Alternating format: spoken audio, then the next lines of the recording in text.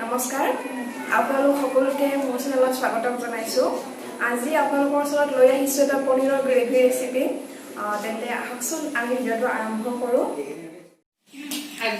পনীৰৰ গ্ৰেভিৰ কাৰণে পনীৰ কিচমিচটো অপচনেল হয় আপোনালোকৰ বাবে পিয়াজ আদা নহৰু পেষ্ট এই পকা জলকীয়া এয়া হল লং আৰু ইলাচি এয়া আপোনালোকৰ বাবে অপচনেল হয় দিব পাৰে নিদিব পাৰে আৰু এয়া হল বিলাহী আৰু এয়া হল মগজ আৰু বিলাহী আমি পেষ্ট বনাই লৈছো আপোনালোকেও পেষ্ট বনাই ল'ব পাৰে কেৰাহীত সামান্য তেল দি আমি পনীৰখিনি প্ৰথমতে ভাজি লৈছো এয়া পনীৰ ফ্ৰাই কৰা হৈ গ'ল এতিয়া আমি ৰান্ধিবলৈ আৰম্ভ কৰিম এতিয়া কেৰাহীত তেল গৰম কৰি কিনে পাঁচফোৰণ ফুটিবলৈ দিলো এতিয়া ফুটিবলৈ আৰম্ভ কৰিলে এতিয়া পকা জলকীয়া কেইটামান দিলো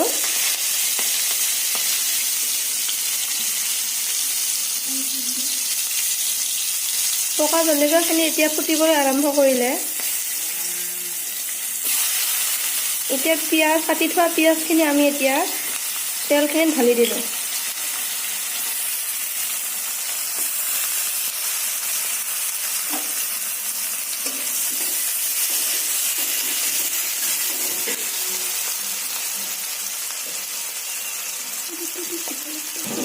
এতিয়া পিয়াজখিনি ভাজিবলৈ আৰম্ভ কৰিলো থৈ দিয়া লংখিনি এতিয়া আমি দি দিলো এতিয়া পিয়াজখিনি ৰঙচুৱা হকলৈকে আমি ভাজি থাকিম এতিয়া পিয়াজখিনি ৰঙচুৱা হ'বলৈ আৰম্ভ কৰিছে এতিয়া আমি আদা নহৰুখিনি দিম আদা নহৰু 2 চামুচ সৰু চামুচৰ 2 চামুচ দিলে হৈ যাব এতিয়া আমি আদা নহৰুখিনি অলপমান ৰঙচুৱা হ'বলৈ লাগি থাকিম ইয়াত খিচমিচ আৰু পিছি লোৱা বিলাহীখিনি আমি ইয়াত দি দিম বিলাহীখিনি দি আমি এতিয়া তাত আমাৰ পিছি লোৱা মগজখিনি আমি ইয়াত ঢালি দিম এতিয়া আমি তাত অলপ পানী মিক্স কৰি দি দিছো